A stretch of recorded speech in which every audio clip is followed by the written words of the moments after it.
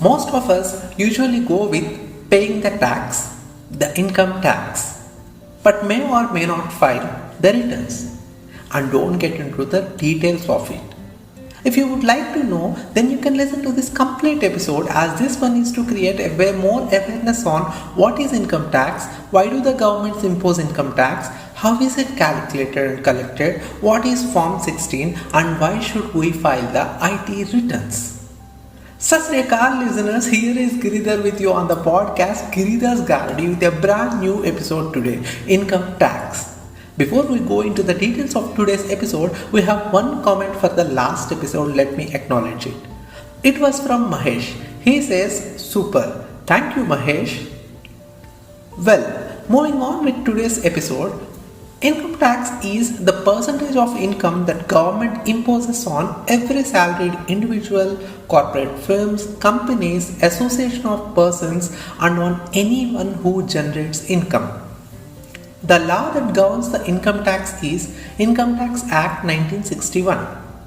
The government uses this amount for infrastructural development to pay the salaries of those people working as state or central government employees and also to serve the public.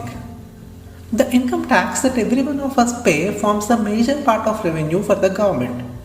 The CBDT, Central Board of Direct Taxes, is responsible for managing all this revenue.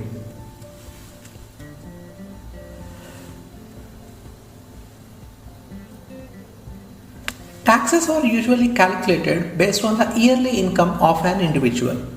As per the Income Tax Act, the financial year starts on the 1st of April and ends on 31st March.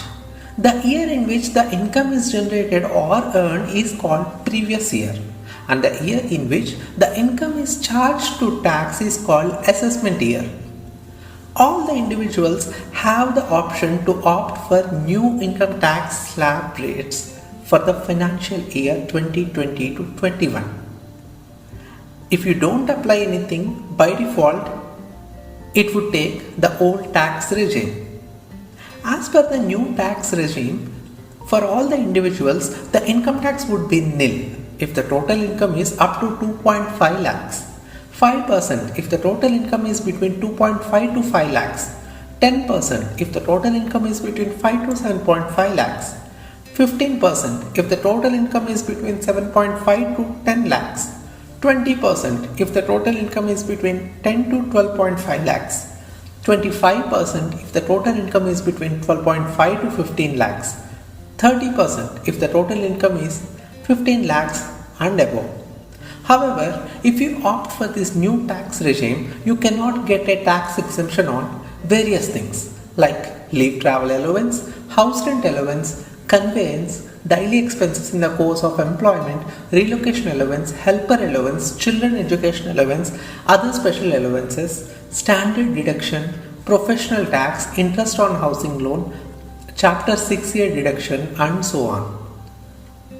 But if you don't opt for the new tax regime, you will be taxed as per the old regime, in which for all the individuals below the age of 60, the income tax would be nil if the total income is up to 2.5 lakhs, 5% if the total income is between 2.5 to 5 lakhs, 20% if the total income is between 5 to 10 lakhs, 30% if the total income is above 10 lakhs. All this is as per the old tax regime. For senior citizens, as per the old tax regime, between the age of 60 to 80, the income tax would be nil if the total income is up to 3 lakhs, 5% if the total income is between 3 to 5 lakhs, 20% if the total income is between 5 to 10 lakhs, 30% if the total income is above 10 lakhs. For super senior citizens above the age of 80, as per the old tax regime, the income tax would be nil if the total income is up to 5 lakhs, 20% if the total income is between 5 to 10 lakhs, 30% if the total income is above 10 lakhs.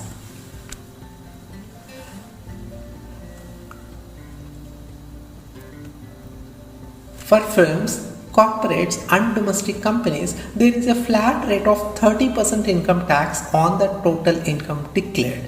For domestic companies, if their income exceeds 1 crore, a surcharge of 5% is levied. Taxes can be collected by the government in different ways.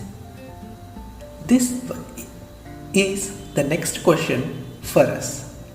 The first way to collect the taxes is advance tax and self-assessment tax, in which the taxpayers voluntarily pay into designated banks. The second way is TDS, tax deducted at source. The easiest way to understand TDS is by considering the place where you are working. When you check your payslip, you will be able to find that income tax is automatically getting deducted. This is nothing but the tax deducted at source, wherein the source is your company or organization or employer.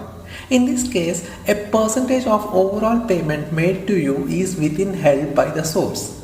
Income earned by means of salary, lotteries, interest from banks, rent payments, payment to freelancers and all. All these things come under the category of TDS. The advantage of TDS is the responsibility for tax collection can be equally shared between the deductor and the collection agencies. It also allows the government to have steady source of revenue. At the same time, there is no scope for an individual who would like to avoid paying the tax. However, TDS is exempted on some payments made to government, RBI, refund from IT department, cooperative societies and all.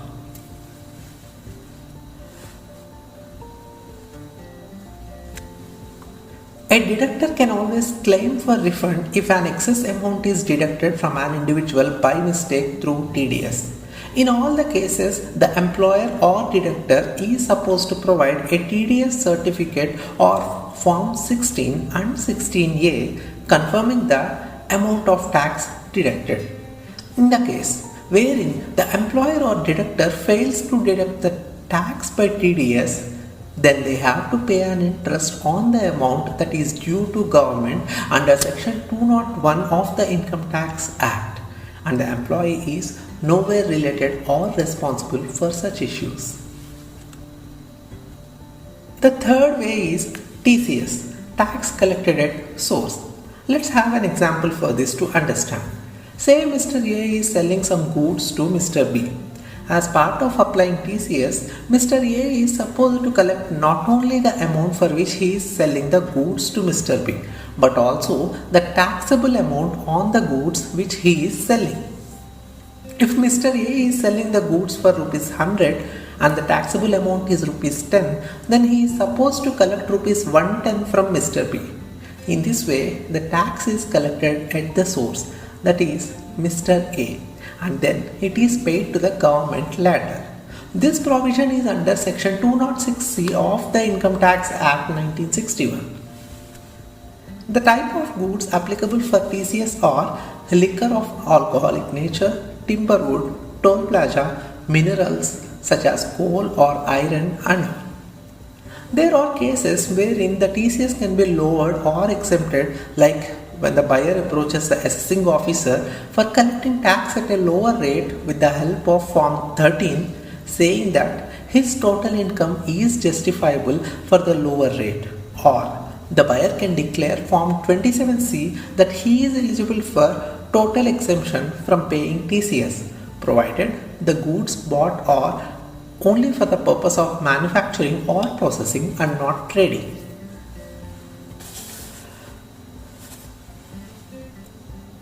Now, coming to the most important aspect in this episode, that is the Form 16. It is nothing but an important document provided by an employer to the employee that includes all the details of tax deductions and net paid income, and it is applicable in the case of TDS, that is tax deducted at source. With the help of Form 16, one can file their income tax return easily. There are sections like 80C, 80CCC, 80CCD and others like 80E, 80TTA in Form 16 that mention on the investments made by an individual for tax exemption. The investments like NSC, LIC and pension schemes come under 80C, 80CCC, and 80cc-D respectively. 80D is exclusively for health insurance premiums paid. 80E is for interest paid on education loans. 80TTA deals with the tax savings that are applicable on interest earned in savings bank account, post office or cooperative societies.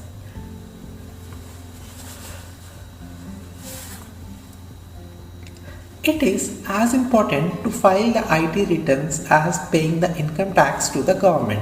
That is the way in which you manage to create your financial record with the tax department, which in turn paves a smooth path for you when you avail any kind of home loan, personal loan or vehicle loan, and even when you apply for visa. There are people who don't want to pay the income tax. Some may go legally and some other by illegal means. The latter is known as tax evasion. This can happen in many ways like smuggling, submitting false IT returns, inaccurate financial statements, not reporting income, bribing the officials and all.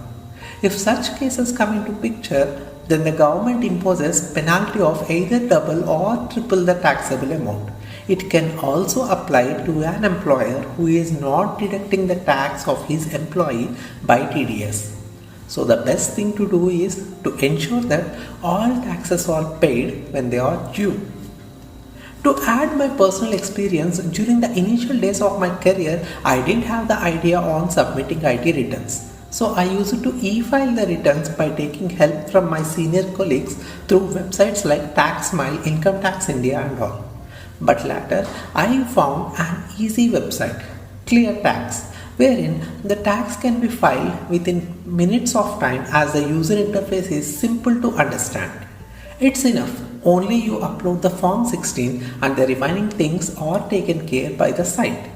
Of course, if you wish to edit something, you can do in some places which you will be able to easily figure out during the navigation process in this website. The ultimate message here is pay the applicable amount of tax to the government after all your exemptions. And also, as a responsible citizen, ensure that you file your IT returns every year, which would help you in dealing with the other aspects in future. Now, what are you waiting for? File your IT returns before the last date for this year, that is November 30, 2020. With this, I would like to conclude my 7th episode, Income Tax. The next episode is going to be another useful topic on awareness. See you next week.